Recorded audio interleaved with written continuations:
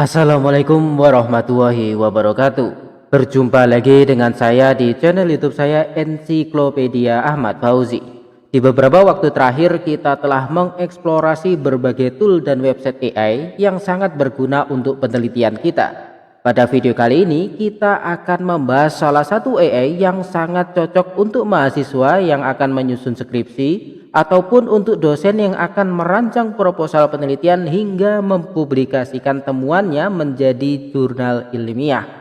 Website yang akan saya bahas kali ini memiliki fitur yang amat sangat lengkap dalam mendampingi kita mencari ide penelitian hingga membuat artikel jurnal. Kenapa? Karena website ini menyediakan fitur AI untuk mencari celah penelitian, membuatkan proposal penelitian, merancangkan metode penelitian, menyiapkan instrumen pengumpulan data, menganalisis data penelitian, hingga membahas temuan dan membuat artikel jurnal ilmiah. Nama website tersebut adalah Kahoot!. Langsung saja kita akses website tersebut menggunakan browser kita masing-masing. Kita bisa menuliskannya kahoot.com seperti ini. Nah, ketika kita mengakses alamat email ini, maka maka websitenya tampilan depannya seperti ini. Langkah pertama yang harus kita lakukan adalah membuat akun. Kita bisa klik register di tombol kanan atas ini atau register for free yang ada di bagian tengah ini. Kemudian berbeda dengan website AI lain yang dapat kita langsung gunakan akun Google kita. Kalau di Kahoot! Ini kita harus menulis secara manual, tetapi juga ringkas kok, tidak terlalu kompleks, tidak terlalu ribet ketika membuat akun. Dan kita menggunakan akun gratisan ya di video ini ya. Meskipun menggunakan akun gratisan, masih banyak fitur yang bisa kita gunakan dan space atau ruangan untuk akun gratisan itu juga luas. Jadinya ada berbagai hal yang masih bisa kita lakukan menggunakan akun gratisan tersebut. Kita bisa langsung menuliskan nama kita, misalkan saya ya Ahmad Fauzi. Kemudian email address kita misalkan menggunakan email yang ini. Kemudian passwordnya bisa kita tulis sesuai dengan keinginan kita. Kemudian kita klik continue. Nah, setelah kita klik continue, maka di sini ada email verification. We have sent you an email notification to verify your email address. Maka kita harus mengecek inbox dari email kita. Nah, kalau sudah dapat email dari tim Afidnut ini, bisa kita klik. Kemudian di sini ada verify email, ini bisa kita klik. Nah, setelah kita klik verify email, maka otomatis muncul tab baru seperti ini yang mengatakan successful email verification. Artinya verifikasi emailnya sudah sukses, sudah berhasil. Dan sekarang kita bisa login menggunakan tautan yang ada di sini. Nah, di sini kita bisa menuliskan kembali alamat email kita, kemudian kita masukkan kembali password yang tadi sudah kita tuliskan. Kemudian kita klik continue. Nah, setelah itu akan muncul seperti ini. Kita harus mengidentifikasi diri kita. Saya ini siapa ya? Apakah mahasiswa atau orang bisnismen atau mungkin peneliti? Nah, kita pilih yang peneliti, profesor atau PhD kandidat ini. Kemudian kita masukkan negara kita cari ya. Lalu kita masukkan juga nama universitas kita atau institusi kita. Nah, ini sudah saya isi ya, country-nya Indonesia, kemudian afiliasinya Muhammadiyah Malang. Kemudian kita klik tombol save. Nah, setelah kita masukkan biodata singkat seperti itu, sekarang kita diarahkan ke halaman depan dari website ini ketika kita sudah menggunakan akun. Nah, di sini kita bisa mengakses ya, kalau home itu kita klik di sini. Maka tampilan home-nya seperti ini. Kalau kita ingin menggunakan berbagai tool AI, kita bisa memilih AI Research Toolbox ini atau kita pilih yang ini, AI Templates ya. Di sini ada AI Templates, AI Transcribe, AI Code, dan AI Chat. Ini semuanya bisa kita gunakan. Sekarang kita eksplorasi saja yang AI Templates. Di AI Templates ini ada berbagai hal yang bisa kita lakukan ya. Misalkan ya, saya adalah seorang mahasiswa atau seorang peneliti yang ingin melakukan penelitian di bidang etnobotani. Etnobotani itu apa sih? Etnobotani itu termasuk bagian etnografi ya, jadinya penelitian kualitatif yang prinsipnya nanti peneliti tersebut harus terjun ke dalam suatu komunitas, kemudian mempelajari kebiasaan komunitas tersebut. Nah, kalau etnobotani yang difokuskan adalah kebiasaan komunitas tersebut menggunakan tanaman atau memanfaatkan tanaman di sekitarnya gitu ya. Nah, untuk melakukan penelitian, langkah pertama adalah mengidentifikasi celah penelitian. Karena seperti yang saya sampaikan di beberapa waktu yang lalu ya, syarat utama suatu penelitian dapat dirancang itu kalau kita bisa mengidentifikasi research gap atau celah penelitian. Nah, dengan Kahoot! Kita bisa dapat terbantu untuk mencarikan celah penelitian. Kita bisa scroll ke bawah ini, kemudian kita nanti bisa meminta mencarikan celah penelitian ketika kita memilih ini ya. Di sub method di sini ada identify research gap. Ini bisa tinggal kita klik saja. Kemudian di sini ada language ya, pilihan bahasa. Kita bisa pilih menggunakan bahasa Indonesia. Jadinya bagi teman-teman mahasiswa yang kesulitan bahasa Inggris, tenang, di sini dia bisa menggunakan bahasa Indonesia. Kemudian di sini bisa kita tuliskan penelitian kita ya, misalkan studi etnobotani yang berfokus pada mempelajari atau mengeksplorasi pemanfaatan tanaman oleh suku Madura di Indonesia sebagai obat tradisional, misalkan seperti ini. Nah, kemudian di sini ya ada jumlah resultnya tetap satu, enggak masalah. Kemudian panjangnya misalkan kita 1000 kata saja. Kemudian tinggal kita klik generate text, maka dia akan memproses hasilnya seperti ini ya. Nah, kita kalau ingin melakukan studi etnobotani terkait pemanfaatan tanaman sebagai tumbuhan tradisional, sebagai obat tradisional di suku di Indonesia, maka di sini ada beberapa celah penelitian yang bisa kita angkat. Misalkan keanekaragaman tanaman yang dimanfaatkan, identifikasi bahan aktif. Ya, ini bisa menjadi novelty penelitian kita. Ya, bisa jadi banyak penelitian etnobotani sebelumnya itu hanya mengeksplorasi pemanfaatan, tetapi tidak sampai mengidentifikasi bahan aktif yang ada di tanaman-tanaman yang dimanfaatkan oleh komunitas tersebut. Kemudian efektivitas pengobatan tradisional. Nah, ini mungkin juga bisa dijadikan tambahan novelty, kebaruan penelitian kita. Tidak hanya mengeksplorasi apa yang dimanfaatkan, tetapi juga diuji efektivitas pengobatannya. Kemudian peran budaya dalam pengobatan, konservasi tanaman tradisional, pengaruh globalisasi, ini juga baru sekali ya. Kemudian pemetaan pengetahuan lokal, jadinya penelitian di sini dikatakan dapat memetakan pengetahuan lokal tentang penggunaan tanaman obat tradisional di suku Madura. Ataupun juga peran wanita dalam pengobatan tradisional, jadinya difokuskan ya pada peran wanita. Kemudian pengembangan produk komersial ya, jadinya kita kembangkan penelitian kita selain mengeksplorasi tanaman apa saja yang digunakan, kemudian kita tidak lanjuti dengan pengembangan produk komersial. Dan yang terakhir adalah edukasi dan kesadaran masyarakat. Ini 10 celah penelitian yang dia identifikasi, yang Kahoot! Identifikasi berdasarkan studi yang ingin kita lakukan ketika kita sudah memasukkan gambaran studi tersebut di kotak describe study di sini ya. Nah, setelah penelitian sudah kita dapatkan, nah sekarang kita bisa meminta dia juga membuatkan research question. Kenapa? Karena ketika kita ingin membuat penelitian, setelah mendapatkan celah penelitian, langkah selanjutnya adalah membuat pertanyaan penelitian. Kalau di Indonesia biasanya dikatakan rumusan masalah, meskipun sebetulnya istilah tersebut kurang tepat. Nah, sebelum kita meminta dia membuat research question, di sini kita bisa save ini ya, biar nanti tetap tersimpan kerjaan kita ini. New dokumen ini bisa kita ubah menjadi misalkan 1 celah penelitian misalkan. Ya, oke seperti ini. Kemudian kita bisa kembali ke AI templates, lalu kita scroll ke bawah lagi dan kita masuk ke sub method lagi, lalu kita meminta dia membuatkan research question berdasarkan studi kita tadi. Di sini bahasanya kita ubah lagi menjadi bahasa Indonesia.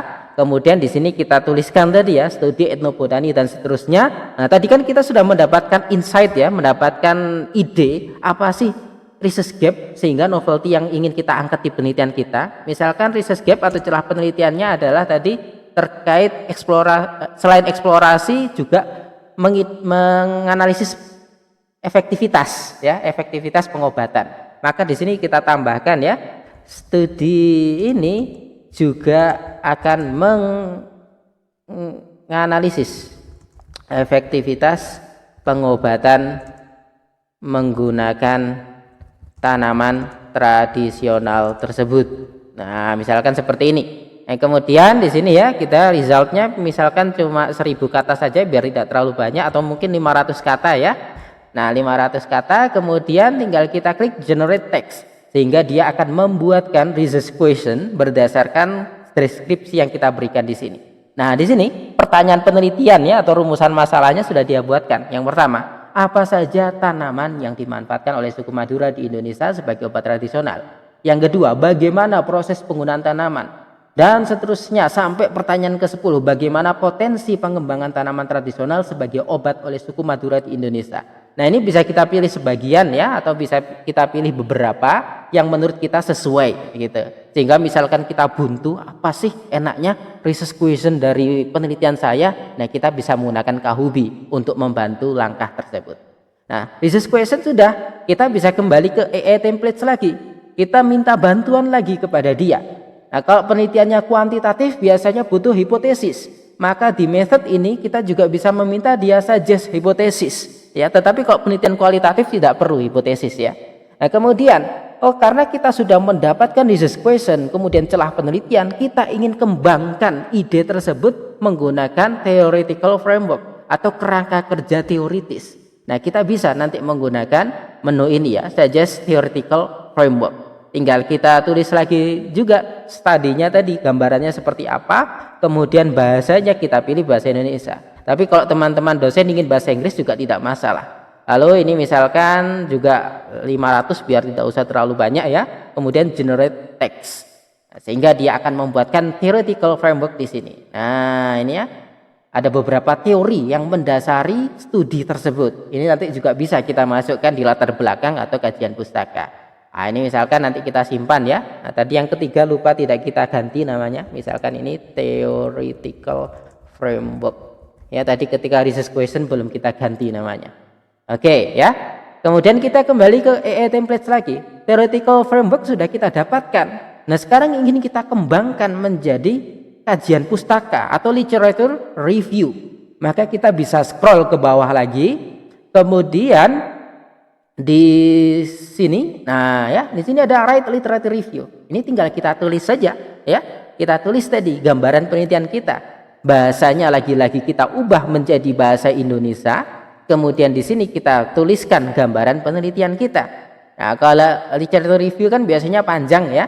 Nah, kita gunakan jumlah katanya 1500 misalkan.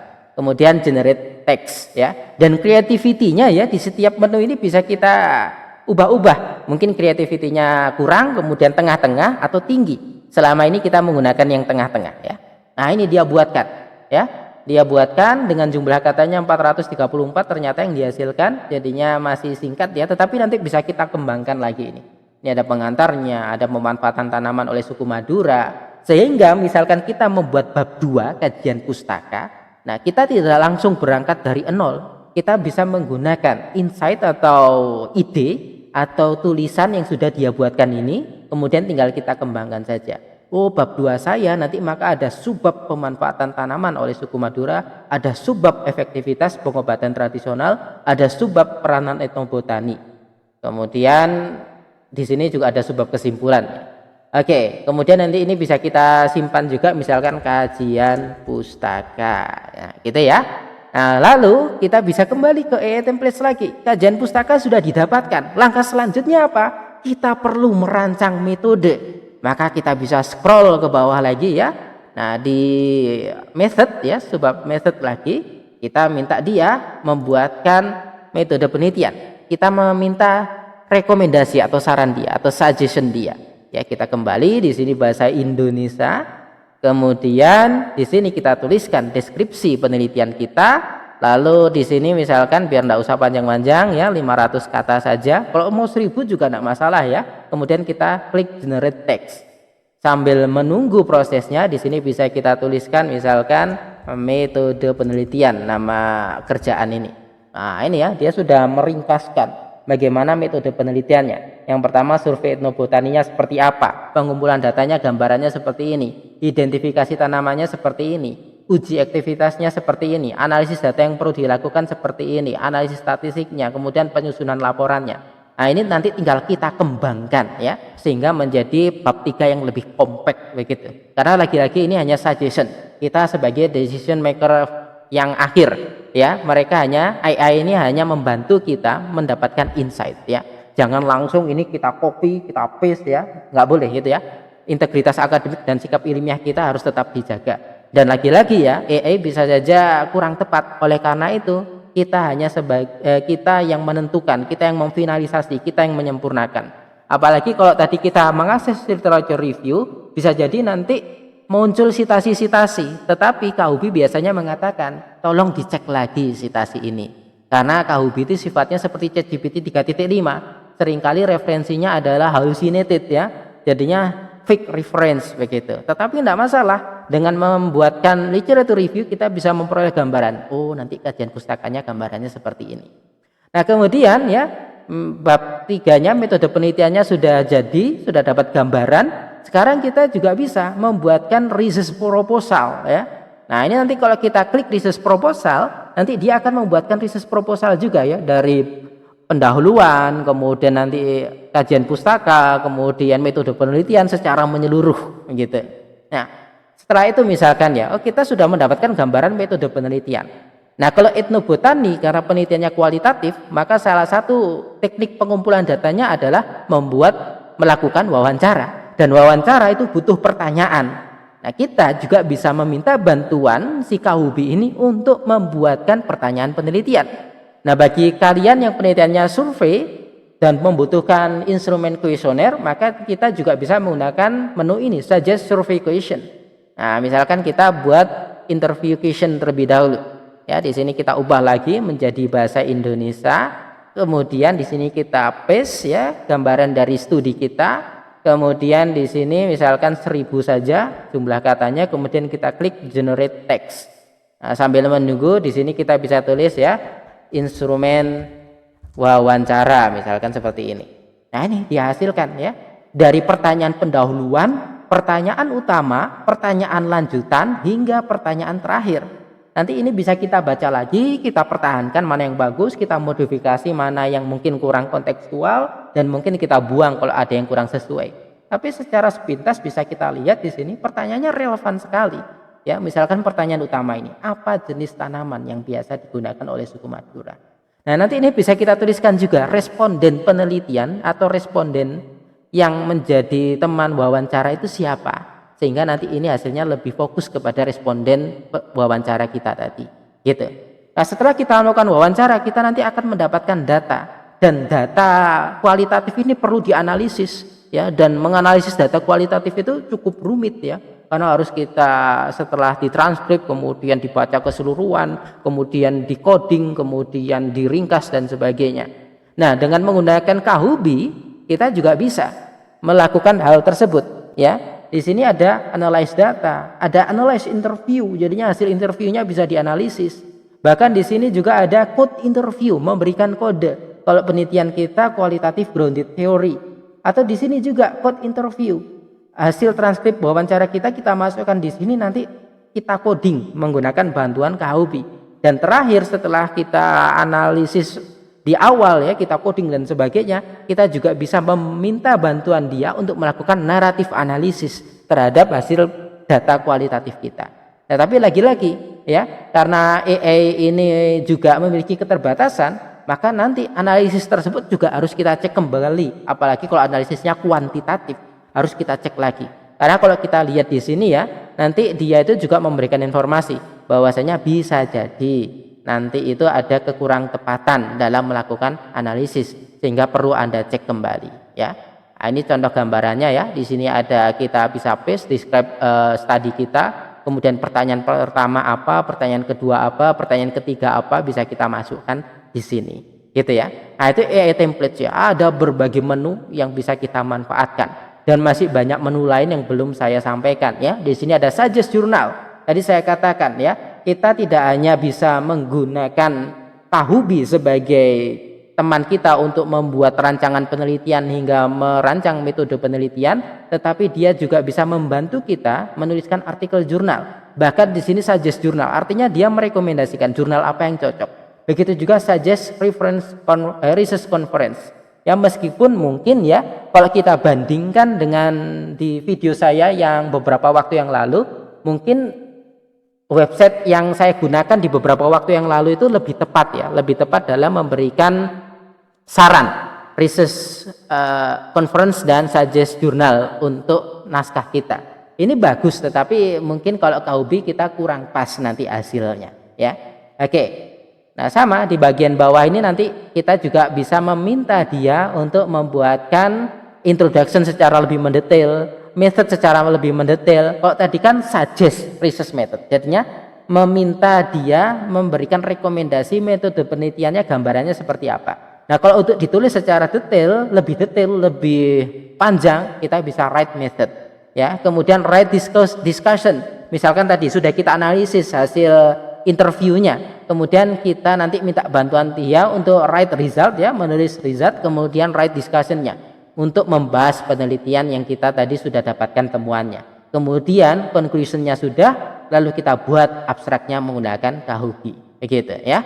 Nah, dan bahkan ketika kita kesulitan memahami suatu naskah, kita juga bisa menggunakan Kahubi untuk meringkaskan naskah tersebut atau menjelaskan isi dari naskah tersebut, gitu.